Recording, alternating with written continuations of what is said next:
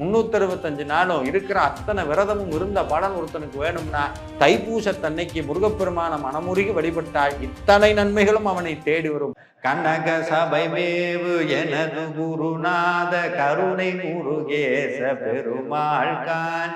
பக்தி கதைகள், பக்தி பாடல்கள் மற்றும் ஆன்மீக சொற்பொழிவுகள் மூலம் உங்கள் ஆன்மாவை தூய்மைப்படுத்துங்கள். இன்றைய ஆலய ஆப்பை டவுன்லோட் செய்யவும். முருகனுடைய அருளை நம் வாழ்வில் பதிவு வைக்கக்கூடிய அற்புதமான ஒரு நல்ல நாள் தான் தைப்பூசம். பணிதனிலே பிறந்து மதலையனவே தவழ்ந்து அழகு பெறவே நடந்து இளையோனாய். முருகப்பெருமானுக்கு நீங்க பூஜை பண்ணும் போது சாத்த வேண்டிய முக்கியமான மலர்கள் எதுன்னா, அந்த திருத்தலத்தில் ஒரு அற்புதமான ஒரு அதிசயம் நடந்தது. அற்புதமான ஒரு பதிகத்தை பாடினார். மட்டிட்டம் புண்ணியம் அப்படின்னு தொடங்கக்கூடிய பதிகத்தை பாடி முடித்தார். சாம்பலாக இருந்த அந்த பூம்பாவை அப்போது என்ன வயது இருக்குமோ அப்படி ஒரு பெண்ணாக வந்து எழுந்து நின்றார். இந்த சம்பவம் நடந்த நாள் அற்புதமான தைப்பூசம். தைப்பூச நாள் அன்றைக்குத்தான் முதலில் நீரும் நீரிலிருந்து உருவான உயிரினங்களும் தோன்ற ஆரம்பித்தன. உலகத்துல இறைவன் எப்படி இருக்கிறான்? ஜோதியாக இருக்கிறான். ஒவ்வொரு உயிருக்குள்ளும் இறைவன் ஜோதியாக இருக்கிறான்.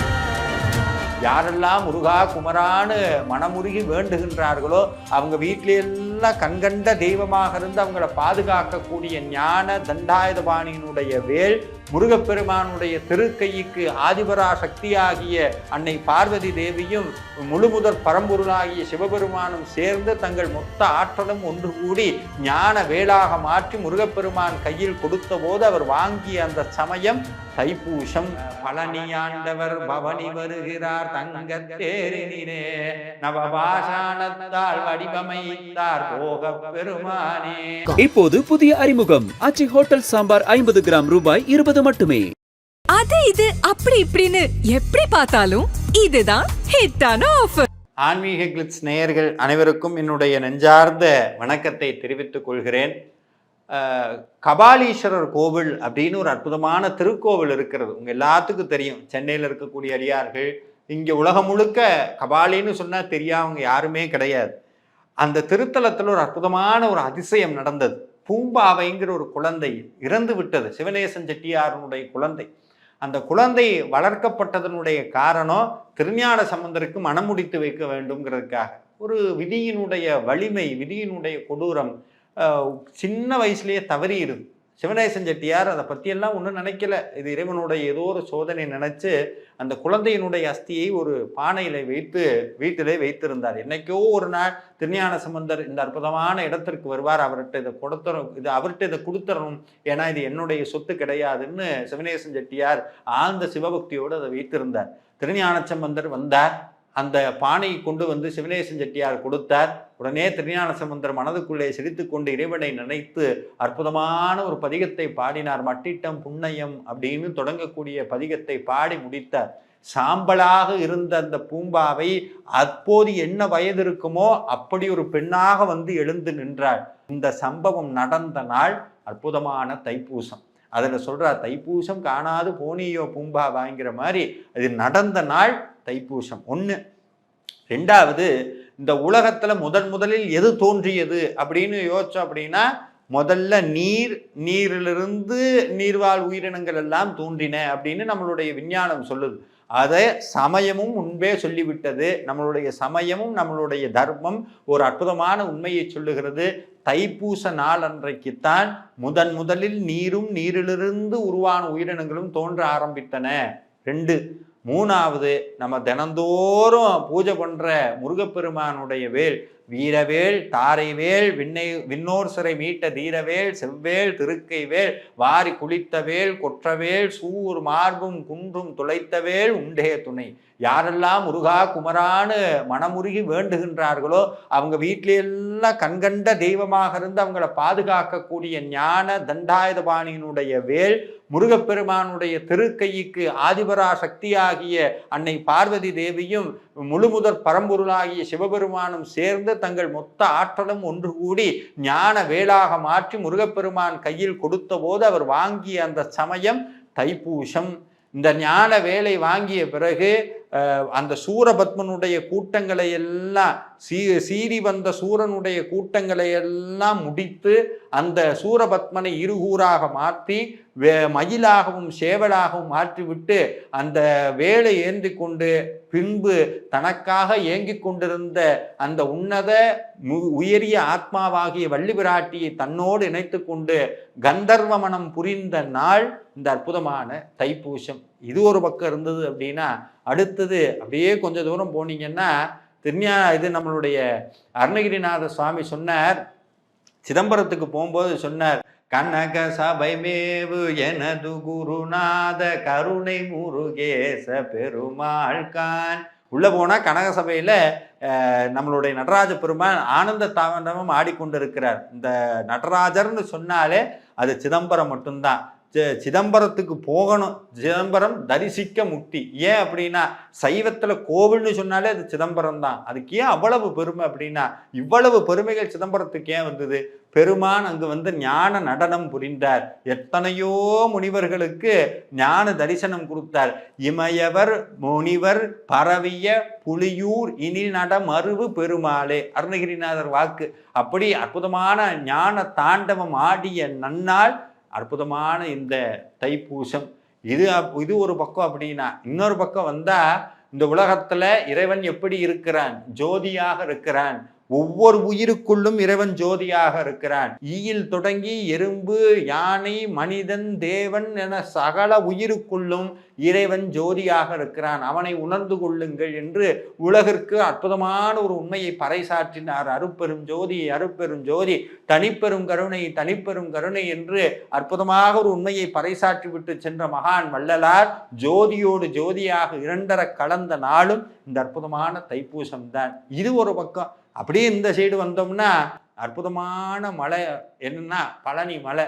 பழனியாண்டவர் பவனி வருகிறார் தங்கத்தேரினிலே, நவபாஷாணத்தால் வடிவமைத்தார் போகப்பெருமானே. போகப்பெருமான் நவபாஷாணத்துல முருகப்பெருமானை வந்து ஞான தண்டாயுதபாணியா உருவாக்கி வைத்தார். ஆனா அதுக்கு முன்னாடி முருகன் வந்து அங்க நின்னார் இல்ல, அப்படி நின்ன நாளும் தைப்பூசம் தான். எத்தனை சிறப்பு இந்த தைப்பூசத்திற்கு. தைப்பூசம்னு சொன்னா தெய்வம், எல்லா தெய்வங்களுடைய வழிபாடும் ஒரே நாள்ல பண்ணணுமா? தைப்பூசத்தன்னைக்கு முருகனை வழிபட்டீங்கன்னா எல்லா தெய்வத்தையும் கொண்டாடின பலன் 365 நாளும் இருக்கிற அத்தனை விரதமும் இருந்த பலன் ஒருத்தனுக்கு வேணும்னா தைப்பூசத்தன்னைக்கு முருகப்பெருமான மனமுருகி வழிபட்டால் இத்தனை நன்மைகளும் அவனை தேடி வரும். காரணம், தைப்பூசம் என்பது எல்லா தேவர்களுடைய தம்பிரானாக இருக்கக்கூடிய முருகப்பெருமானுக்கு உகந்த நாள். இந்த அற்புதமான நன்னாள்ல தைப்பூச வழிபாட்டை கட்டாயம் பண்ணணும். நான் இத்தனை சம்பவம் சொன்னேன், உடனே எல்லாருக்கும் ஒரு கேள்வி வந்திருக்கும், அது எப்படி ஒரே நாள்ல இத்தனை நடந்திருக்கும் அப்படின்னா, ஒரே நாள்ல இத்தனை நடக்கல. இதெல்லாம் தொடர்ந்து அடுத்தடுத்து நடந்த போது இருந்த நாள் தைப்பூசம். இந்த தைப்பூசம்னு என்னன்னா, தை மாசம் வரக்கூடிய பௌர்ணமி திதியும் பூச நட்சத்திரமும் கூடிய அற்புதமான நல்ல நாள். இந்த நாளாகட்டும், திதியாகட்டும், நட்சத்திரமாகட்டும், இது ஒவ்வொன்றும் மிக அற்புதமான பலனை மனித சமூகத்திற்கு தொடர்ந்து கொடுத்து கொண்டே இருக்கிறது. இந்த ஒரு செயலை வெற்றிகரமாக முடிக்கணும் அப்படின்னா எல்லா செயலையும் எப்போ வேணால் செஞ்சிடலாம் அப்படின்னா வெற்றியாகும் ஆகாது. அப்போ ஒரு செயலை காலம் கருதி செய்ய வேண்டும்னு நம்மளுடைய சமயம் சொல்லுது, தர்மம் சொல்லுது, இன்னைக்கு இருக்கிற அத்தனை வெற்றியாளர்களும் சொல்றாங்க. அப்போ காலம் கருதினா எது? ஒரு சாதாரண விஷயத்தை செய்யணும்னா இன்னைக்கு ஏதோ ஒன்று பார்த்து செய்கிறோம். இறைவனுடைய அருள் வேணும்னா நமக்கு அந்த காலத்தை எல்லாம் குறிக்க தெரியாது. அதனாலதான் ஆன்றோர்கள் என்னைக்கோ குறித்து நம்மகிட்ட கொடுத்துட்டு போயிட்டாங்க. அப்படி ஒரு அற்புதமான காலம்தான் முருகனுடைய அருளை நம் வாழ்வில் பதிய வைக்கக்கூடிய அற்புதமான ஒரு நல்ல நாள் தான் தைப்பூசம். இந்த தைப்பூசத்தன்னைக்கு தவறாம 2 விஷயம் பண்ணணும். ஒன்று வீட்டு வழிபாடு, இன்னொன்று கோவில் வழிபாடு. வீட்டு வழிபாடு எப்படி பண்றது? வீட்டில் தவறாம 6 நெய் தீபங்கள் ஏற்றி, நெய் தீபம் இல்லை அப்படின்னா சுத்தமான நல்ல நல்ல தீபம் ஏற்றி, வேல் இருக்கவங்க கட்டாயம் வேல் பூஜை பண்ணணும். வேல் பூஜை எப்படி பண்றது?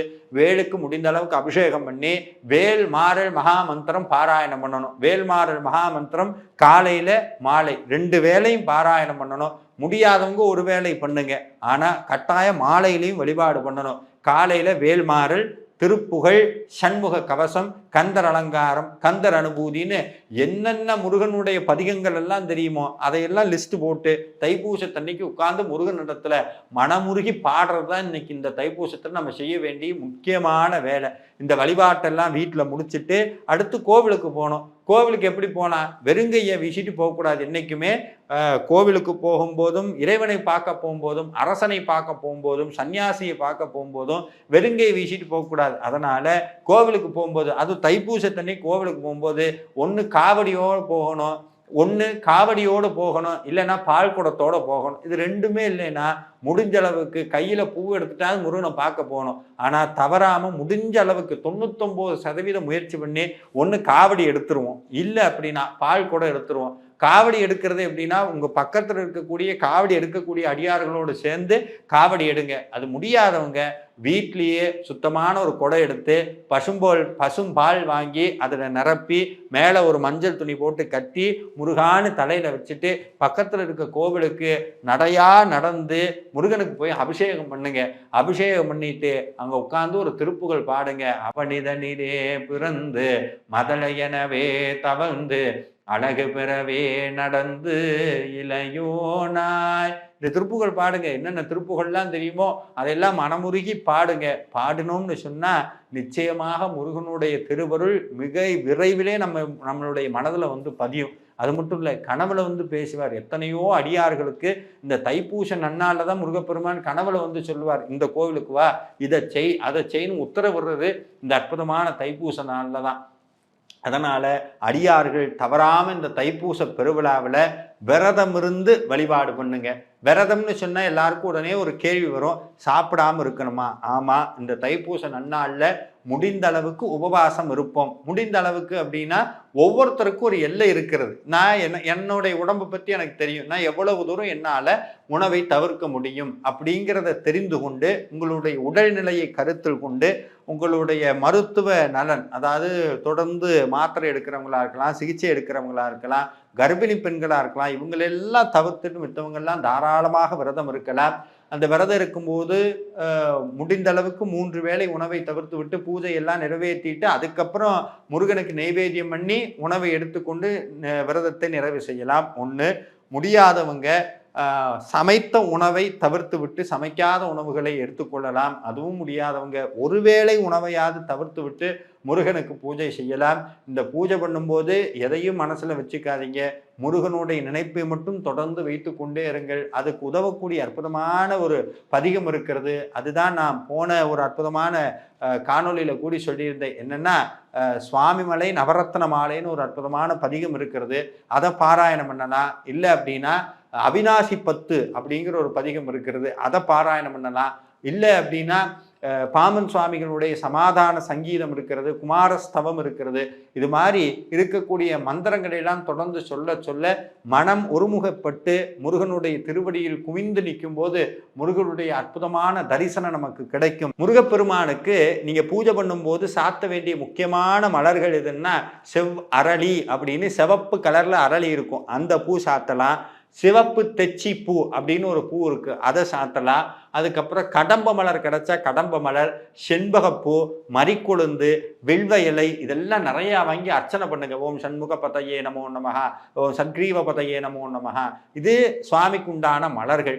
2வது, சுவாமிக்கு உண்டான நெய்வேத்தியங்கள் சர்க்கரை பொங்கல், தேனு, தினை மாவு, அக்கார் அடிசல், இது மாதிரி என்னென்ன நெய்வேத்தியம் முடியுதோ அந்த நெய்வேத்தியத்தை வச்சு சுவாமிக்கு நெய்வேத்தியம் பண்ணலாம்.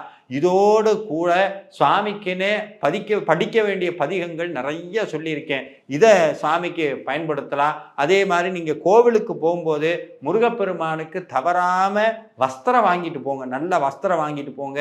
கோவிலுக்கு சுத்தமான நல்லெண்ணெய் வாங்கி கொடுங்க. அதை விட ரொம்ப முக்கியம், கோவிலில் வழிபாடு முடிச்சோம்னே அந்த இடத்தையெல்லாம் கூட்டி சுத்தம் பண்ணுங்க, கோவிலில் சேவை செய்யுங்க. இதையெல்லாம் ஒரே நாளில் முடிஞ்ச அளவுக்கு இந்த ஒரு நாளை முருகனுக்கான உண்டான நாளாக ஒதுக்கி லீவ் போகணும்னு தோணுச்சுன்னா லீவ் போட்டு அற்புதமாக இந்த விழாவை கொண்டாடுங்க. முருகனை கொண்டாட நம்மளுடைய வாழ்க்கையும் கொண்டாட்டமாக மாற்றுவார். பக்தி கதைகள், பக்தி பாடல்கள் மற்றும் ஆன்மீக சொற்பொழிவுகள் மூலம் உங்கள் ஆன்மாவை தூய்மைப்படுத்துங்கள். இன்றைய ஆலய ஆப்பை டவுன்லோட் செய்யவும். இப்போது புதிய அறிமுகம், ஆச்சி ஹோட்டல் சாம்பார் 50 கிராம் ரூபாய் 20 மட்டுமே. அது இது அப்படி இப்படின்னு எப்படி பார்த்தாலும் இதுதான் ஹிட்டான ஆஃபர்.